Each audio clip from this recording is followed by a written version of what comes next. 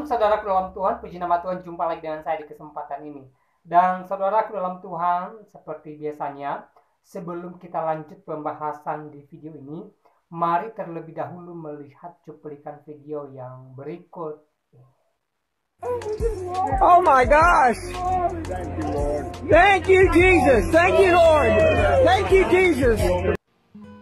Hari-hari ini kalau mau jujur, ada perpecahan yang sangat serius, tidak semudah itu. Fatah bisa masuk ke Gaza. Dan sebaliknya tidak semudah itu. Hamas bisa masuk ke wilayah tepi barat, karena tepi barat dikuasai oleh Fatah. Tapi tiba-tiba, karena Hamas tetap boleh sembahyang di Al-Aqsa, saudara. Tapi tidak boleh menunjukkan Hamasnya, tidak boleh bawa benderanya, tidak boleh pakai jubahnya, tidak boleh pakai apapun karena akan bermasalah di sana. Tapi tiba-tiba bendera Hamas berkibar. Dan setelah bendera Hamas berkibar, tiba-tiba pihak Hamas memberi ultimatum. Kalau sampai nanti malam polisi dan tentara Israel tidak keluar dari kompleks Al-Aqsa, bukan masjidnya, seluruh wilayah itu namanya kompleks Al-Aqsa, saudara. Karena mereka udah keluar dari masjid waktu memberesi orang-orang yang melempari mereka dengan batu. Dan beberapa ditangkap. Tiba-tiba Hamas memberi ultimatum. Hello? Hamas not even a country. Tetapi di belakang Hamas, kita tahu ada beberapa negara yang memang merancangkan untuk menghabisi Israel dan memberi propaganda kepada dunia untuk menaruh kebencian, hate kepada Israel. Sekali lagi saya bicara di atas mimbar yang suci ini. Saya hanya bicara fakta. Sekali lagi dalam nama Yesus, kita bukan bagian dukung-mendukung. Kita anak-anak Tuhan Yesus, kita taruh di hati kita apa yang ada di hatinya Tuhan Yesus. Dan di hati Tuhan Yesus yang ada damai, bukan perang, karena Yesus datang untuk mempersatukan yang jauh dan yang dekat dalam satu kata yang bernama anugerah dan damai sejahtera. Apa yang terjadi kemudian? Ada propaganda dari Hamas bahwa polisi dan tentara Israel harus keluar dari komplek Al-Aqsa. Hello, perjanjiannya Israel yang memang harus menjaga tempat suci itu. Dan itu masih wilayah negara Israel. Betul itu di bawah kuasa Palestina. Tetapi Israel menjaga supaya jangan ada kerusuhan dari pihak manapun, baik dari pihak orang Yahudi maupun dari pihak orang Arab. Jadi apa yang terjadi kemudian? Israel bilang, no, kami tidak akan mundur. Itu bagian dari perjanjian. Dan tepat setelah waktu ultimatum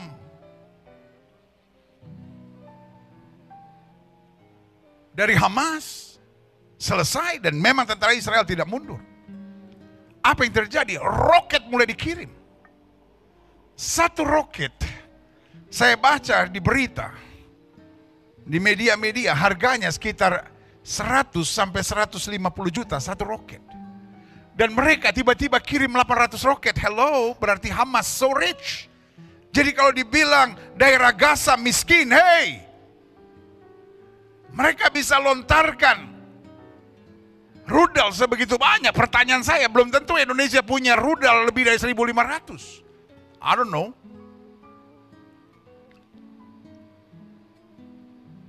Setelah 700, Benyamin Netanyahu bilang, karena Israel hanya pakai Iron Dome. Satu Iron Dome sekitar 700 sampai 800 juta. Jadi Israel lihat, kalau ini kira-kira jatuh hanya di padang belantara atau di padang gurun dibiarkan. Tapi kalau jatuh di rumah penduduk yang sebagian besar justru jatuhnya ke tempat pendudukan. Karena memang ditarget. Maka mereka ledakkan Iron Dome itu. Jadi semua rudal roket yang dikirim meledak di udara. Tapi akibatnya tetap jatuh ke bawah. Tetapi nggak bisa semua karena segitu banyak, segitu cepat dikirimnya. Sehingga ada beberapa juga yang menghancurkan dan membunuh daerah pemukiman. Setelah 700, Benyamin Netanyahu memberi peringatan. Kami tidak akan diam. Ini serius. Dan setelah 800, mereka terus kirim. Dan Israel persiapkan. Lalu, ternyata Israel temukan bahwa roket-roket ini tidak dikirim dari headquarter Hamas. Tetapi ada yang dikirim dari sekolah-sekolah. Ada yang dikirim dari gedung-gedung perkantoran umum. Itu sebabnya Israel sebelum memberikan bom, beda dengan Hamas yang main kirim roket dan menyerang kemana-mana gak jelas, saudara. Karena memang Hamas adalah, menurut PBB, adalah kelompok teroris. Dan apa yang terjadi kemudian? Israel memperingatkan, kami akan bom 1, 2, 3 gedung. Karena kami identifikasikan roket-roket terlepas dari sana. Jadi ingat, Israel sebagai negara demokrasi di bawah PBB tidak bisa sembarangan. Hamas bisa sembarangan sebab nggak ada yang bisa atur Hamas. Karena itu adalah kelompok teroris. Tapi Israel bisa dijatuhi hukuman. Jadi kalau orang bilang Israel membabi buta, tidak mengerti hukum, saudaraku yang kasih dalam Tuhan, hello, baca berita bos. Zaman sekarang gampang untuk mengakses berita, gambar-gambarnya semua jelas bos, nggak bisa main-main. Apalagi Israel, negara berdaulat, beda sama Hamas yang nggak ada pimpinannya, nggak jelas, saudara. Sebelum lanjut, pastikan tekan tombol like dan juga tekan tombol subscribe supaya video ini semakin menjadi berkat bagi banyak orang. Dan apa yang terjadi kemudian? Israel memberitahu gedung ini kami identifikasikan. Dan kami bisa buktikan bahwa roket-roket Hamas berasal dari situ. Penduduk sipil kami beri waktu. Salah satu gedung adalah tempat pusat media internasional dari sana, AFP ada di sana dan beberapa pusat media internasional di sana. Cepat keluar. Termasuk salah satunya adalah rumah sakit yang dibangun oleh Indonesia, yaitu Rumah Sakit Indonesia di Palestina yang dibangun oleh Mercy. Dan dari situ juga, bayangkan dari rumah sakit, roket terbang, saudara. Dan itu sebabnya diumumkan, gedung ini akan kami bom. Kami beri waktu cepat bergegas. Karena sebentar lagi, pesawat-pesawat tempur kami naik dengan loaded bombs, dan kami akan bom. Nah, saudaraku yang kasih dalam Tuhan, masihkah Indonesia mau menutup mata dan bilang ini penjajahan? No. Ini perang terbuka. Indonesia bisa punya peran untuk memegang tangan Israel, memegang tangan Palestina dan menyatukannya. Karena Indonesia adalah negara dengan populasi Muslim terbesar. Beberapa hari yang lalu, saya dengar Menteri Luar Negeri minta dukungan dari negara-negara Arab. Tapi saudaraku yang kasih dalam Tuhan, kita harus jujur. Negara-negara Arab juga tidak seluruhnya mendukung Palestina karena mengerti apa yang terjadi. Kita di sini terlalu jauh, kita dengar berita-berita yang gak jelas, saudara. Dan kita dengar berita-berita one-sided. Karena kita memposisikan diri, hate Israel, putus hubungan dengan Israel. Saudaraku yang kasih dalam Tuhan, berarti kita terlibat dalam perang ini. Saya pikir tidak seharusnya negara Pancasila yang mengedepankan damai ikut campur dalam peperangan negara orang. Kita pun gak ingin negara lain ikut campur dengan kita. Jadi yang terhormat Bapak Presiden Republik Indonesia, yang terhormat pimpinan-pimpinan negara ini, saya sebagai anak negeri, lahir di tanah ini, 26 Desember 1966. Saya lahir di kota Jakarta. Saya adalah orang Indonesia. Saya berhak mengatasnamakan Indonesia. sebagai seorang hamba Tuhan, yang pertama saya mohon, jangan sampai bangsa ini terpecah hanya karena peperangan Palestina dan Israel. Saudara dalam Tuhan, sebelum lanjut melihat videonya, pastikan share video ini sebanyak-banyaknya supaya menjadi berkat bagi banyak orang dan supaya semakin banyak orang yang mengerti apa sebenarnya yang menjadi persoalan di antara Israel dan Palestina saat ini. Firman yang datang dari Tuhan kepada Yeremia, ketika Raja Zedekia mengutus Pasyur bin Malkia dan Imam Zefanya bin Maasya kepadanya dengan pesan, tanyakanlah kiranya petunjuk Tuhan untuk kami, sebab Nebukadnezar, Raja Babel, memerangi kami.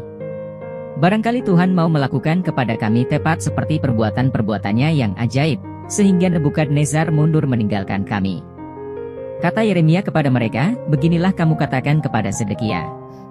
Beginilah firman Tuhan, Allah Israel, sesungguhnya, aku akan membalikkan senjata perang yang kamu pegang, yang kamu pakai berperang melawan Raja Babel dan melawan orang-orang Kasdim yang mengepung kamu dari luar tembok, aku akan mengumpulkannya ke dalam kota ini. Aku sendiri akan berperang melawan kamu dengan tangan yang teracung, dengan lengan yang kuat, dengan murka, dengan kehangatan amarah dan dengan kegusaran yang besar. Aku akan memukul penduduk kota ini, baik manusia maupun binatang, mereka akan mati oleh penyakit sampar yang hebat. Sesudah itu, demikianlah firman Tuhan, maka Zedekia, Raja Yehuda, dan pegawai-pegawainya dan rakyat di kota ini, yang masih tinggal hidup dari penyakit sampar, dari pedang dan dari kelaparan, akan kuserahkan ke dalam tangan Nebukadnezar, Raja Babel, yaitu ke dalam tangan musuh mereka yang berusaha mencabut nyawa mereka. Orang akan memukul mati mereka dengan mata pedang tanpa merasa sayang, tanpa belas kasihan dan tanpa ampun. Tetapi kepada bangsa ini haruslah kau katakan, beginilah firman Tuhan, sesungguhnya, aku menghadapkan kepada kamu jalan kehidupan dan jalan kematian. Siapa yang tinggal di kota ini akan mati karena pedang, karena kelaparan dan karena penyakit sampar. Tetapi siapa yang keluar dari sini dan menyerahkan diri kepada orang-orang Kasdim yang mengepung kamu, ia akan tetap hidup, nyawanya akan menjadi jarahan baginya. Sebab aku telah menentang kota ini untuk mendatangkan kecelakaan dan bukan untuk mendatangkan keberuntungannya, demikianlah firman Tuhan. Kota ini akan diserahkan ke dalam tangan Raja Babel yang akan membakarnya habis dengan api. Kepada keluarga Raja Yehuda, dengarlah firman Tuhan. Beginilah firman Tuhan. Hai keturunan Daud, jatuhkanlah hukum yang adil setiap pagi dan lepaskanlah dari tangan pemerasnya orang yang dirampas haknya, supaya kehangatan murkaku jangan menyambar seperti api dan menyala-nyala dengan tidak ada yang memadamkannya, oleh karena perbuatan-perbuatanmu yang jahat. Sesungguhnya, aku akan menjadi lawanmu, hai kota yang di atas lembah, gunung batu di dataran, demikianlah firman Tuhan, hai kamu yang berkata, siapakah yang berani turun kepada kami dan siapakah yang berani masuk ke tempat perteduhan kami? Aku akan melakukan pembalasan kepadamu sesuai dengan hasil perbuatanmu, demikianlah firman Tuhan. Aku akan menyalakan api di hutannya yang akan memakan habis segala sesuatu yang di sekitarnya. Baik, saudara dalam Tuhan, itu videonya. Saudara dalam Tuhan, apa yang disampaikan oleh Bapak Pendeta Gilbert di video tadi saya anggap itu sudah sangat jelas, dan seperti yang beliau sampaikan ya, yang terpenting saat ini adalah doa kita supaya bangsa Israel dengan Palestina cepat berdamai sehingga kedamaian terjalin di antara mereka, dan tentunya kita mengharapkan mereka bahagia saudara dalam Tuhan. Kalau kita melihat beberapa waktu terakhir ini, ya, terlalu banyak korban, ya, terutama di jalur Gaza. Saudara dalam Tuhan, ya, dalam hal ini kita juga berdoa supaya mereka yang kehilangan keluarganya, kehilangan apa yang mereka punya, kiranya Tuhan menguatkan hati mereka dan Tuhan memberikan penghiburan bagi mereka.